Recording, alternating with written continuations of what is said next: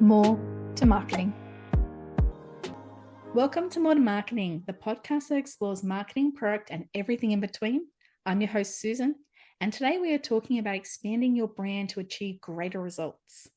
I'm excited to introduce Anthony, who has been a managing director for one of the world's largest advertising and technology businesses, and a previous general manager at a leading direct marketing organization.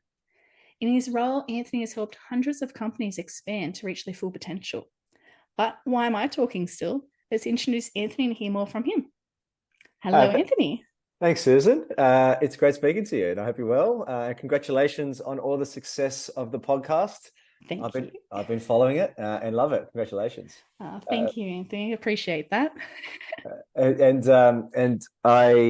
guess a bit of background on myself. And as you mentioned, I've had the fortune of holding a variety of leadership roles over just over the last 15 years in leadership. And initially, these roles started at Salmat, who was Australia's largest direct marketing organisation, which at the time was a household name across Australia and New Zealand.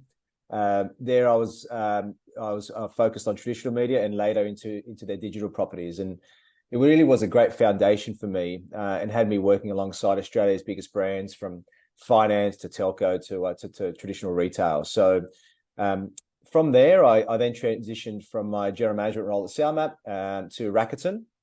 And Rakuten is known globally, maybe not as much in this market. So look, I'll give you a bit of an insight there. Mm-hmm. I know you know them really well. I know them very, very well. So as you mentioned, it's one of the largest e-com and ad tech companies. It was originally founded in Japan, where it's the largest e-commerce marketplace in that market, but also an online bank. One of the largest membership programs. They also operate globally, where they oversee cashback sites and connected TV and streaming businesses, amongst many others. Look, and my role was managing director of their advertising business, which was their performance business, as well as their media owned and operated. So I started the business in Australia and New Zealand, and that's where you and I connected. Yes. Many moons ago. I won't say how long ago that was. Please don't give away things.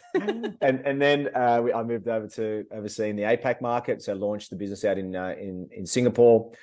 And then moved to London to manage their European and international markets before my last role, which was based in San Francisco, or more so in Menlo Park out there, overseeing their North American arm. So lots of movement for me. And funnily enough, I get questions on Rakuten more about the Golden State Warriors and the sponsorship they have with them than anything else. So certainly the sponsorship is paying off. But look, I've now returned to Australia after being 6 years away. And look, really loving being back, and it's good to be back in Australia and raising my kids out here. Oh, fantastic, and glad to have you back as well. But I know that as part of your career, part of it was really growing and expanding all those businesses, and I know you've had a huge passion for that too, because as you mentioned, you've been in multiple different regions, and naturally you've got crossover with brands that go across the different regions as well. So how about we jump into let's just go straight to basics. Yeah. What do you mean when we're talking about expanding your brands beyond a border? What does that actually entail? Okay. Look, for me, that term is looking to expand the reach of your products or services into new global markets. Now, look, you could argue entering another state is expansion. And look, certainly in some areas of the US, that's absolutely the case, given the size of states and the population and the like. However, my views are more new market, new or emerging country expansion. So that's what I guess, define as moving a brand beyond your border. And I think that's probably a really good point there too, because as you said, a lot of people may just think it's just, oh, we'll talk Australia here. I'm in New South Wales, I'm going to go to Queensland. But it can be more than that and bigger than that. And that's where some of the focus is a little bit different. Yeah, certainly. I think when you're talking about some of the things that you have to consider when you're moving into a new, I'll say country for now, probably a fair amount of complexity added versus moving from New South Wales to Queensland. That said, still a lot of complexity moving interstate. There's some brands that they've focused and become very much focused on their state, which is great. And that you see that a lot in the US, where it's very I guess regionalized, some of the brands versus being national brands. But yeah, I think certainly when we're looking at expanding beyond your borders, outside of your home market or home country, that's where a lot more complexity comes in. Yeah, and I'd assume there's also a lot of key factors that a business should consider when they're going to contemplate this expansion. So, where would you think you'd start for before you actually do make that big move? Because it can cost a lot. Yeah, look, that's a big question. And look, firstly, the question for any brand, in my opinion, is why. Why expand overseas? Why expand into a new market? Now, that may sound strange to ask, or also quite a basic question. And I say that because even though there's a mountain of data on size of market or size of opportunity, it does require investment, as you've said, to be executed well.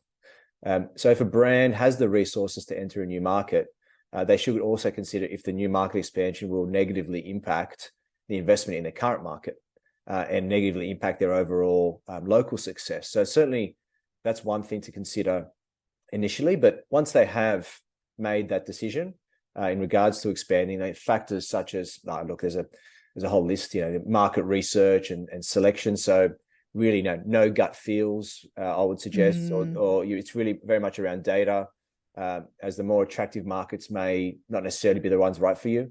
Competitive landscape, political and legal factors.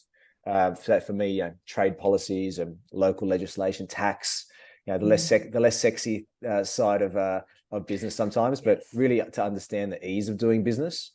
And then all the way to cultural factors and infrastructure, logistics, economic factors, financial resources, as you mentioned, marketing and localization, HR and HR legislation, which is very different in different markets, and then overall risk and how you're positioned to counter those risks. So look, there's a lot more to it, even more beyond that, but there's some of the factors that need to go into a decision-making process.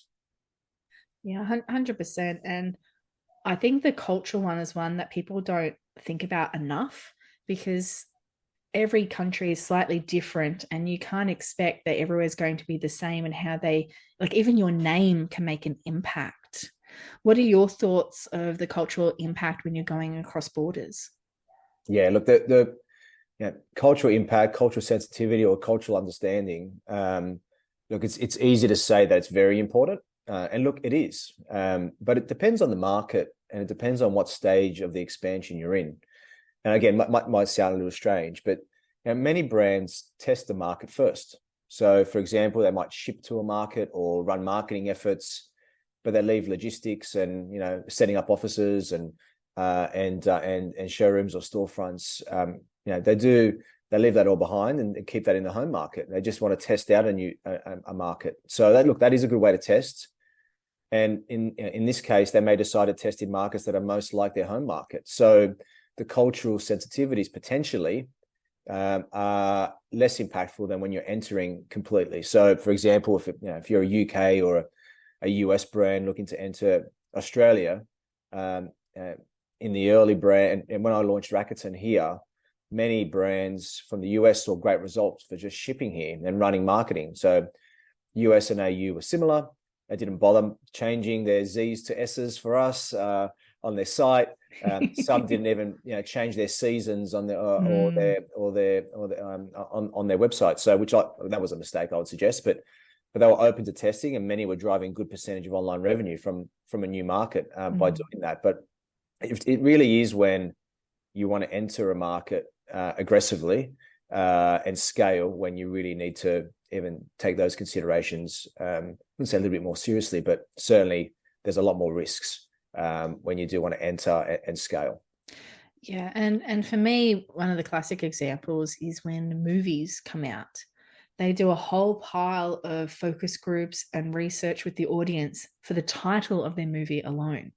And there's many classic examples out there of when Australia, for example, has a particular title for a movie, but it's completely different in the US or the UK, depending on the different market, what people are known for, even names that already exist in there. I know the morning show, a TV series in the, I think it's a US market. It's called The Morning Show over in the US.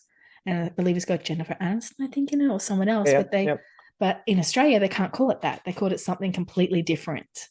So I love your thoughts and bringing in the data and the research and the market to make sure that when you do, you've actually got something to back you there as well. Yeah. And the research needs to be, and you mentioned, focus groups and the like as well, but then entering a new market, there's so much legislation. There's so many things that need to be considered, political and, like I said, political and legal factors, cultural factors that we've talked about just now. And then if you're an e-com business, which is where I helped a lot of businesses in my history, as you know, really understanding, the infrastructure, logistics, and even just simply, when I moved to London or in the US, just understanding, the playing field over there. Hyper competitive across most markets, particularly in the US. Amazon is a clear leader, and they've really lifted the bar when it comes to delivery and returns, and that's hard to keep up with. They've obviously got a lot more funds than a lot of brands, so that's what you're competing with over there. So a lot of considerations when going into a new market. Some that are simple or can be quickly understood, and others that really do need to look at your supply chain or your partnerships or your overall approach to the market. Exactly. And I think there's some really great examples of key factors to consider because a lot of people may not have thought about all of them. Correct. Great. And look, I didn't even touch on even things like online shopping behavior or language and localization, which you touched on there a little bit when it comes to language. Payment options, consumer acquisition costs. It's a lot different in Southeast Asia than it is be it in China or be it in the US or be it in the UK or Europe. And even media. When you're looking at, when I was overseeing the APAC business, social media platforms or search platforms completely different than we're accustomed to in, I'll say loosely, Western society. It's you can try, but you're not going to get any scale unless you're on Baidu or WeChat or Kakao Talk or Line. These are businesses that we've never heard of in a lot of markets, but you need to if you're entering APAC, as an example. And they've got so many different behaviors that are different as well. It's not like your traditional, say, Pinterest or Insta. They've all got their own little nuances or groups or segmentations within them that show different behaviors. WeChat, for me, I'm still exploring and learning that all the time, but the amount of sales that just go through on WeChat alone is insane. Correct. Yeah, correct. And look, well, you could also say the same thing in Japan with Line and there's other examples, and loosely termed as super apps. But there's a great example is QR codes. Now, I started my career in print and in catalog, and we attempted QR codes many years ago. And look, it just didn't take off. The technology wasn't ready. Yeah. But if you went into many markets in Asia, the QR code was how you were ordering off the menu years before COVID. And it was all built out through super apps, and you can make your payment, and then it's your social platform, and everything was in one central point. And if you go into Asia and you see how many apps people have, I've got enough just in Australia now. It's 2-3-fold in that market. Wow. But these are the things you need to understand when you're entering a new market. And look, even really basic things. And I've worked with a lot of retailers and entering the Australian market. For many brands that were looking to enter, I took them shopping. I took them to the local shopping center or the local, I guess, high street. We don't call them high streets here, but the local high street, and say, look, this is your competitor set. This is how people shop and interact in Australia. First thing I did when I went to London, I went shopping. I went looking around the streets and seeing how people are shopping there, and did the same thing in the US. It's different shopping behaviors in each of these markets. So simple things like that versus understanding tax implications or HR law are things you need to really wrap your head around. Yeah. I still remember one of the very first examples of QR codes, which was, I can't remember what Asian country it was, but in a train station or the equivalent, people were short on time to be able to get their supermarket deliveries. So it had a wall plastered with what looked like a supermarket, as if you're walking down it, but you're in the train station waiting for your train on the platform. And you could just QR code along the way for your milk, your bread, whatever it was, pay for it then and there on the platform waiting for your train, and then it would be delivered to your door almost as soon as you got home as well. Phenomenal, right? Exactly. And that was a long time ago. Correct. And I know I had that experience in Japan. Obviously, Rakuten being it was a Japanese company, and going to Japan a lot, which was great, business wise, but also just culturally and personally to understand different markets there. It's exactly what they did. The train stations are almost e-commerce businesses themselves. Mm-hmm. But look, that's what you're competing against. So you really need to understand your competitive set, certainly, but also from a consumer perspective, what the standards are. And in some markets, the standards are pretty high, or they're quite complex. You go to Germany, and cash on delivery is a payment method.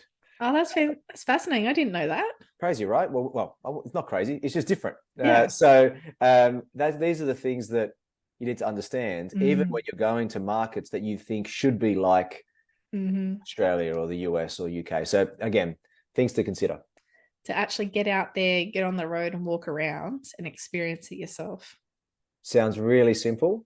But again, this is more focused in on retail. Yep. That's the first thing that many brands do. And I've helped a few brands launch Australia. They get here and they say, Anthony, let's go shopping. Yep. I actually don't like shopping that much. So look, I'll take you here and I'll take you there. But that's what they're looking at. They're looking at the everything, the visual merchandise, how people consume the media, it's brilliant when a brand launched into a market and does it well. I still remember when I helped launch some of the first digital signage within Australia. Yes, that's right. So such a different process to actually have interactive TVs that at different times of the day or even different locations were showing different content to try and help those consumers in those areas make informed decisions. Correct. Yeah. And I think that's an important point because why this has become so much more, again, complex is not the right word, because there's things that you can do quite easily to get across the data, right? This is not the first time people have launched in the US or launched in Australia. There's a lot of learnings out there, and you probably don't have to leave your laptop too often. But one thing to consider that has changed over the years is just technology. Again, simple question, simple thing, right? But people are accustomed to Netflix, getting things what you want.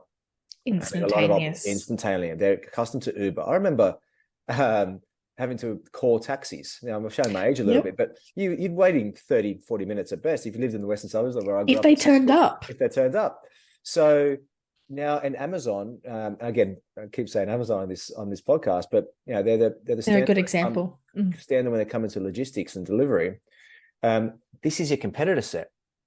Even though it's not necessarily, I'm not a streaming service, Anthony, what are you talking about? Or, I don't compete with Amazon, or I'm not competing with Uber, or if you're in the US, Uber and Lyft.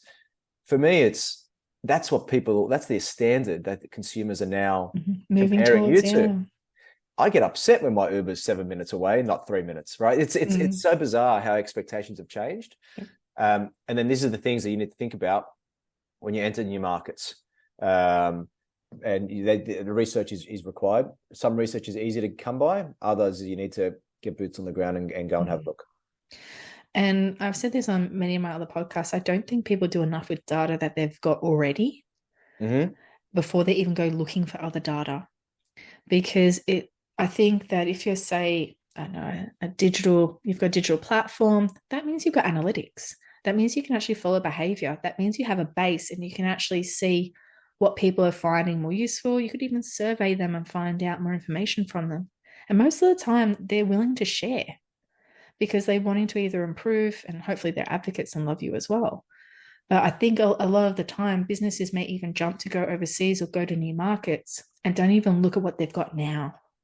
Correct. And I think that's where it often starts, from online revenue, where you go, right, I'm getting a lot of traffic from this market.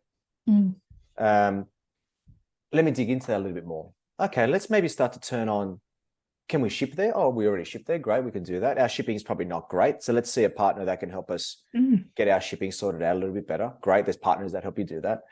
Oh, hang on, let's look at driving some marketing activity. It might be a market where, it's the same social platforms, Google's prevalent. Okay, I can just expand what I'm doing here into that market. Oh, hang on, I'm getting more activity. And I think that's where it often starts. Mm. Where it doesn't work well, I've seen is, I'm really interested in going to new markets. Let's go. Now let's enter China. Okay. I hear this a lot. And actually, Yeah. I see why people say it, right? Yeah. It's a Big significant market. market.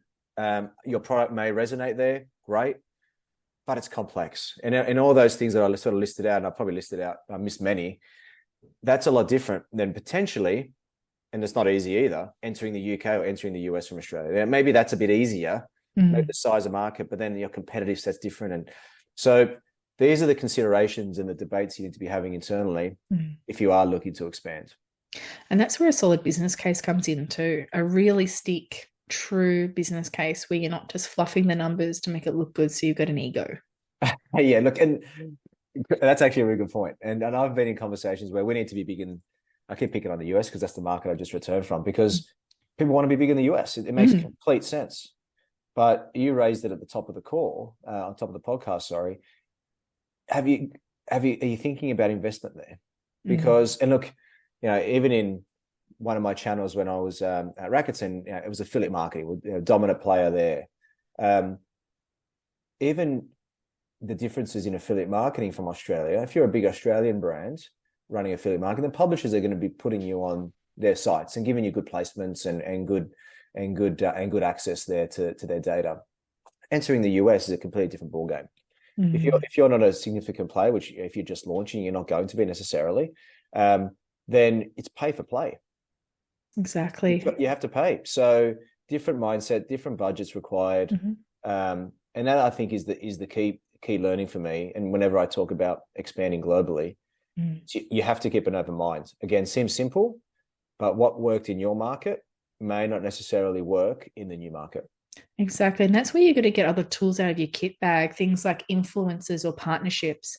See how they can help you in that new market to actually get a bit of cut through. So you're actually getting to your right target market at the same time.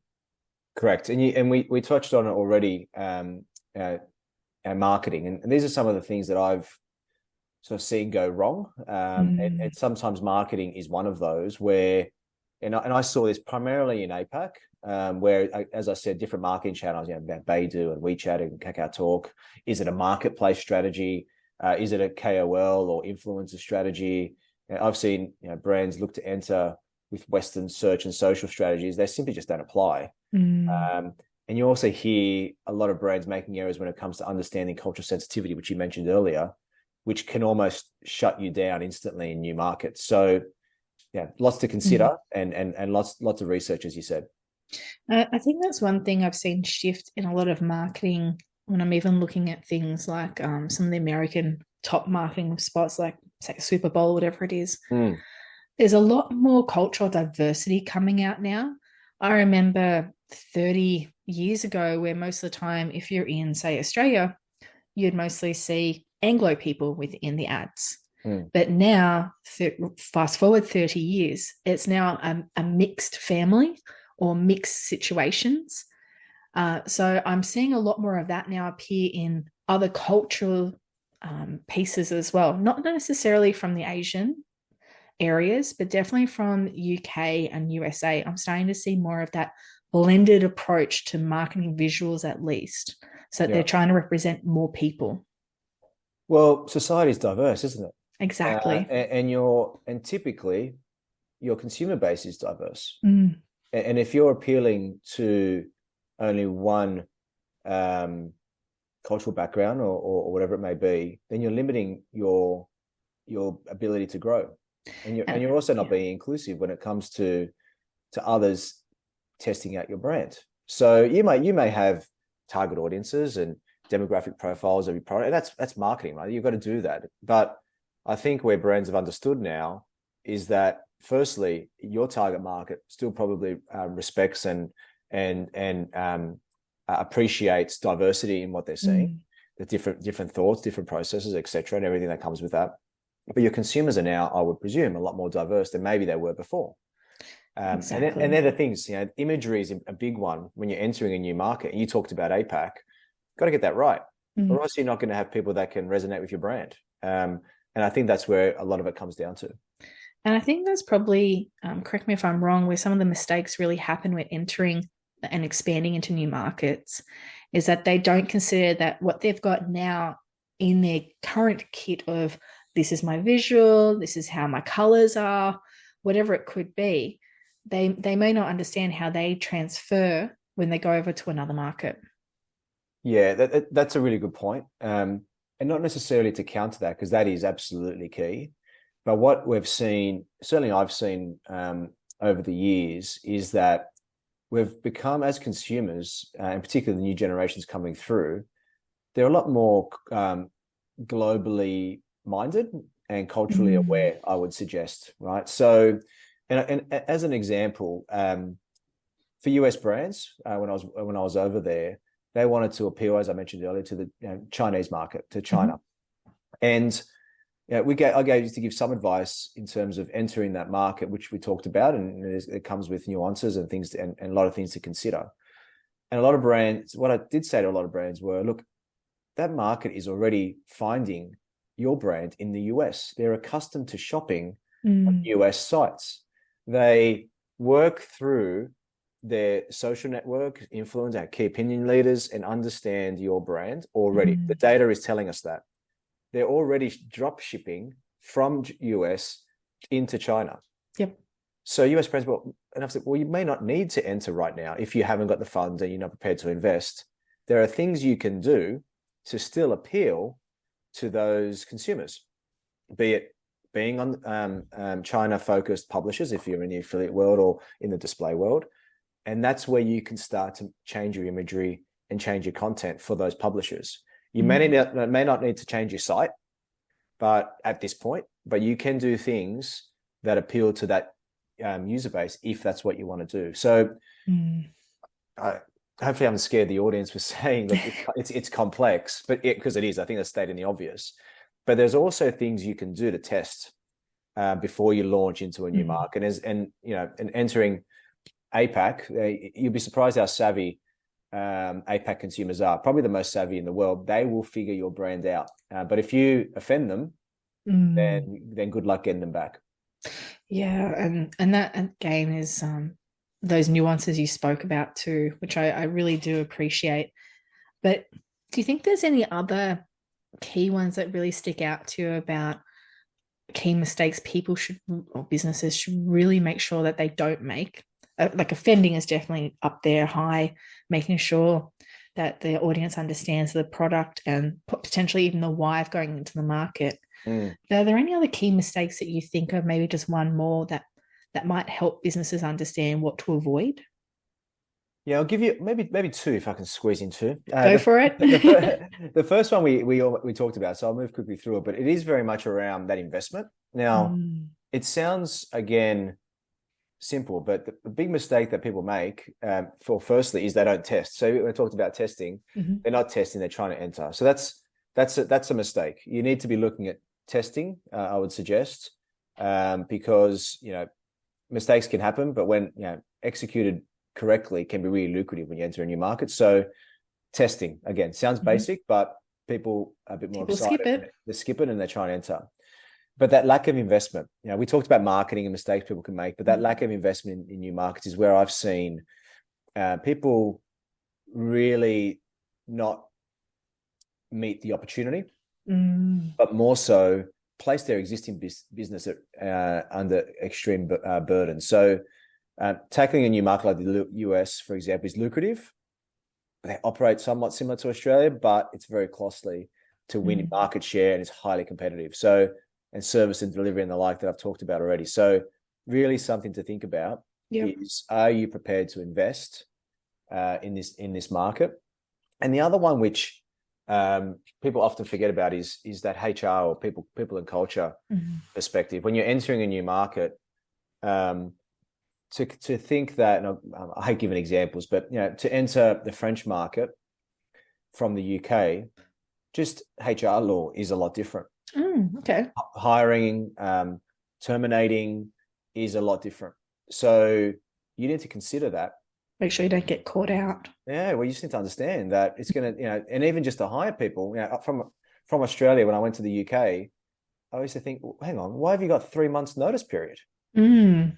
I need you now. Oh, well, everyone's got a 3 month notice period. Same across many markets of Europe. Mm. But then even, unfortunately, moving on, people is a lot more complex. And then the laws around the bodies in the French market, for example, are a lot different to the UK, which is a lot different to Australia. So they're things that people often get surprised about because maybe they haven't thought about those HR impacts to their business. And hiring the right people quickly is often very important when you're entering a new market. So we talked a lot about other mistakes, but maybe that one there is something that's often forgotten.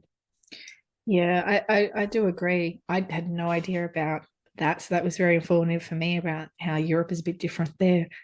But another one that comes to mind for me is, and it's very prevalent right now, is data Mm-hmm. and the impacts of data across globally in different regions and how that impacts for privacy laws as well. I think a lot of businesses don't realize the impact that could have on their existing tech stack Yeah, and what that could mean for their product and service as well.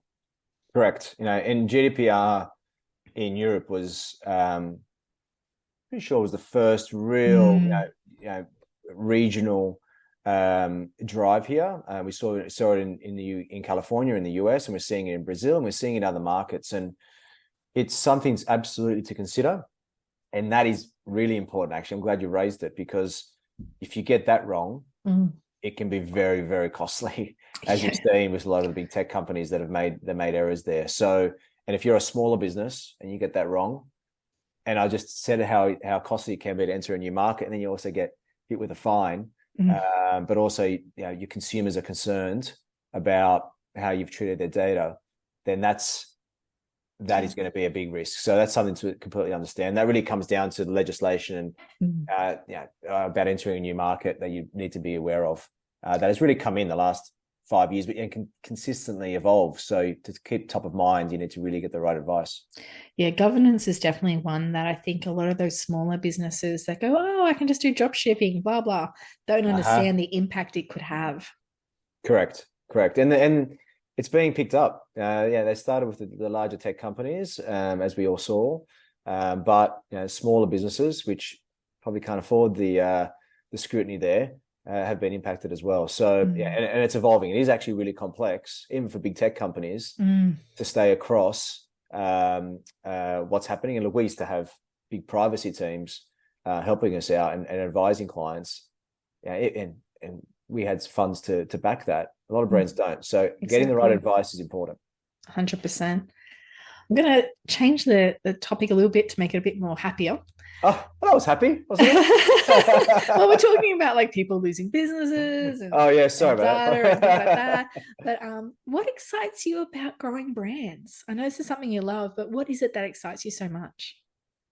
Yeah, look, I think I haven't been too negative. I've talked about all the complexities of entering a new market, but That's look, good. look when it's done right, it's really lucrative. Mm, It can be, and I often speak to brands, even since I've been back the last 2 months in Australia. I've gone out and meeting with retailers, and they're saying, look, US or APAC is my biggest market now. So, and these are Australian brands. mm, And look, I'm obviously pretty patriotic when it comes to this, even though I've traveled the world.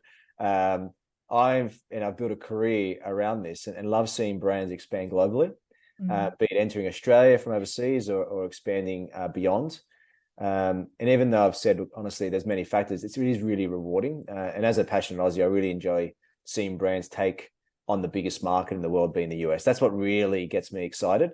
And um, having lived there in the US, there's a lot of Aussie brands over there that are thriving. So I get a kick out of helping brands do that. So that's what really gets me going when it comes to expansion. When it's done well, Mm. you can really you can really make a difference to your business by entering new markets. I could just visualize that proud moment of a business owner in Australia going into a shop in the US somewhere and just seeing their product there, or Absolutely. even just seeing someone buy their product in front of them. That would be such an amazing experience to go through that. Correct. And look, I've spoken to them. I've spoken to many brands where they wanted to test going into a new market. And these are big Mm. Australian brands, big retail brands or D2C brands that have entered a department store or whatever it may be. Um, and they just do so well. And it's great. And I think there's actually an appetite for Australian brands globally, and just the Australian way of doing things is well received. So I think there's been a lot of brands that have done it well, and there's some great case studies of Aussie brands being successful. So yeah, that really gives me a kick. Not just Australian brands. I love expanding any brand globally, but I think for me, when I see an Aussie brand doing well, particularly in the US market, that really, because I know it's tough, that really puts a smile on my face. Oh, amazing. So I'm going to now ask you my final question. Okay. I ask everyone this. Yes. Okay, good. So what brand, it can be any brand in the world, you don't have to be patriotic, best represents you and why? I do love this question when you ask it. It's great. So look, I really wish I could say a sports brand right now, but my physical activity has been really terrible this year. So I don't You can say you have a heart of an XYZ. I really need to pick that up. So if I do a podcast again about it in the future, I hope I say a sports brand, because that might represent me better. But look, I'm going to say Lego. I'm going to say Lego. And look, I'm going to say Lego because globally minded is fun. Hopefully there's been some fun on this podcast for people. Definitely. Trustworthy. And similar to me, can at times be complex with some of those Legos. But given how much I'm spending with them, with my two boys, I may as well give them a plug here and hope I get some free blocks set my way as a result. But look, Lego, and I love what they're doing. They're a great brand. They've been a great brand for many years. But I think that represents me the most. If I span my camera around my house, that next room next to me will be full of Lego on the floor. So that's probably me at the moment, Lego. I love it. And I do think that fits you quite well, because you've got so much eclectic background that you can build something amazing out of it too. Oh, thank you. There you go. I should have said that. The marketer side of me comes out. Absolutely. Before we wrap up, do you have any final thoughts that you'd like to share with the audience?